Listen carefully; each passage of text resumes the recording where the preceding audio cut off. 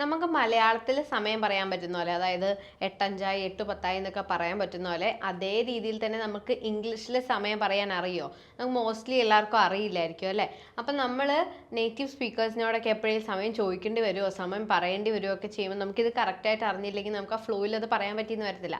അപ്പം നമ്മൾക്ക് ടൈം എങ്ങനെ ഇംഗ്ലീഷിൽ നമുക്ക് പ്രസൻറ്റ് ചെയ്യാൻ നോക്കാം. ഡിജിറ്റലായിട്ട് പറയാൻ വേണ്ടി നമുക്ക് കുഴപ്പമില്ല, 8:05 8:10 8:15 8:20 എന്നൊക്കെ നമുക്ക് പറയാം. പക്ഷേ നമ്മളോട് ഈ രീതിയിലാണ് ടൈം പറയുന്നതെങ്കിൽ നമുക്ക് ചിലപ്പോൾ അത് മനസ്സിലായി എന്ന് വരില്ല. അപ്പോൾ അതിനുവേണ്ടി നമുക്കിതൊന്ന് പഠിച്ചു വെക്കാം. ഓക്കെ, സോ 8 ആകുമ്പോഴത്തേക്കും, അതായത് 8 മണി എന്നുള്ളതിനെ നമ്മൾക്ക് 8 o'clock എന്നാണ് പറയാൻ പറ്റുന്നത്.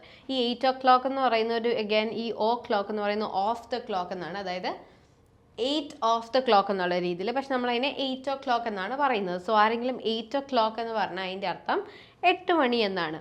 ഇനി 8:05 നമ്മൾ 5 past 8 എന്ന് പറയും, അതായത് 8 മണി കഴിഞ്ഞിട്ട് 5 മിനിറ്റ് കഴിഞ്ഞു എന്നാണ് ഇതിൻ്റെ അർത്ഥമുള്ളൂ. Okay, 5 past 8. അതുപോലെ തന്നെ നമ്മൾ 8:10 വരുമ്പോഴത്തേക്കും 10 past 8 എന്ന് പറയും. 8:15 വരുമ്പം, പക്ഷേ ഇവിടെ നമ്മൾ 5:10 ഒക്കെ യൂസ് ചെയ്തത് 8:15 ആയപ്പോഴത്തേക്കും ഒരു കാലായല്ലേ, നമ്മൾ 8:15 എന്നല്ലേ പറയാം. സോ അവിടെ ഒരു കാലായി. ഈ കാലിനെ നമ്മൾ ഇംഗ്ലീഷിലെ ക്വാർട്ടർ എന്നാണ് പറയുന്നത്, ക്വാർട്ടർ. അപ്പോൾ ഇവിടെ വരുമ്പോഴത്തേക്കും മാത്രം 1/4 past 8 എന്നാവും. 15 past 8 എന്നല്ല, അങ്ങനെ ഒരു യൂസേജേ ഇല്ല. 1/4 past 8 എന്നാവും, അതായത് 8 മണി കഴിഞ്ഞിട്ട് 1/4 മണിക്കൂറായി എന്നുള്ള പോലെ. ഓക്കെ, ഇനി 8:20 വരുവാണെങ്കിൽ അഗൈൻ ഇവിടെ നമ്മൾ യൂസ് ചെയ്ത പോലെ 20 past 8 എന്നാണ് പറയുക. സോ 8:20 ആണ് ടൈമെങ്കിൽ അത് നമ്മൾ ഇംഗ്ലീഷിൽ പറയുമ്പോൾ 20 past 8 എന്ന് പറയും. ഇനി 8:25 ആണെങ്കിൽ 25 past 8. ഓക്കെ, പക്ഷേ അഗൈൻ 8:30 വരുമ്പോഴത്തേക്ക് നമ്മൾ അതിനെ 1/2 past 8 എന്നാണ് പറയുന്നത്. 8:30 നമ്മൾ ഇംഗ്ലീഷിൽ പറയുമ്പോൾ 1/2 past 8 എന്നാണ് പറയുന്നത്. അഗൈൻ ഇവിടെ അരമണിക്കൂർ കഴിഞ്ഞു, 8 മണി കഴിഞ്ഞിട്ടെന്നുള്ള പോലെ കാണിക്കാൻ വേണ്ടിയാണ് നമ്മൾ 1/2 past 8 എന്ന് പറയുന്നത്. അത് കഴിയുമ്പോൾ തൊട്ട് 8:35 ആകുമ്പോൾ തൊട്ട് നമ്മൾ പറയാൻ പോകുന്നത് ഇനി 9 ആവാൻ എത്ര സമയമുണ്ടെന്നാണ്. അതായത് 8:35 നമ്മൾ 25 to 9 എന്നാണ് പറയുന്നത്. അതായത് 9 മണി ആവാൻ ഇനി 25 മിനിറ്റും കൂടെ ഉള്ള പോലെയാണ് ഇംഗ്ലീഷിൽ നമ്മൾ 8:35 പ്രസൻറ്റ് ചെയ്യുന്നത്. സോ 8:35 നമ്മൾ എങ്ങനെ പറയും? 25 to 9. അതേപോലെ 8:40 ആണെങ്കിൽ 20 to 9. അതായത് അവിടെ ബേസിക്കലി ഉദ്ദേശിക്കുന്നത് 9 ആവാൻ ഇനി 20 മിനിറ്റും കൂടി ഉണ്ട് എന്നാണ്. ആ മിനിറ്റ് നമ്മളിവിടെ പറയില്ല, നമ്മൾ ഇംഗ്ലീഷിൽ അതിനെ പ്രസൻറ്റ് ചെയ്യുമ്പം ജസ്റ്റ് 20 to 9 എന്നേ പറയത്തുള്ളൂ. ആ മിനിറ്റ് അവിടെ ഓൾറെഡി അണ്ടർസ്റ്റുഡ് ആണ്, അവിടെ മിനിറ്റ്സ് ആണ് നമ്മൾ ഉദ്ദേശിക്കുന്നതെന്ന്. ഓക്കെ, സോ 8:40 ആണെങ്കിൽ നമ്മൾ ഇംഗ്ലീഷിൽ അതിനെ എങ്ങനെ പറയണം? 20 to 9.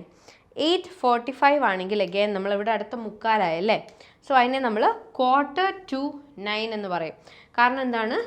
9 ആവാൻ ഇനി 1/4 മണിക്കൂറും കൂടെ ഉള്ളൂ, ഓൾറെഡി 45 ആയി. അപ്പോൾ ഇനി ഒരു 1/4 മണിക്കൂറിലും കൂടെ 9 ആവും. So 1/4 to 9. ഇനി 8:50 ആണെങ്കിലോ, ഇനി 9 ആവാൻ 10 മിനിറ്റേ ഉള്ളല്ലേ, സോ നമ്മൾ പറയും 10 to 9. 8:55 ആണെങ്കിലോ 5 to 9.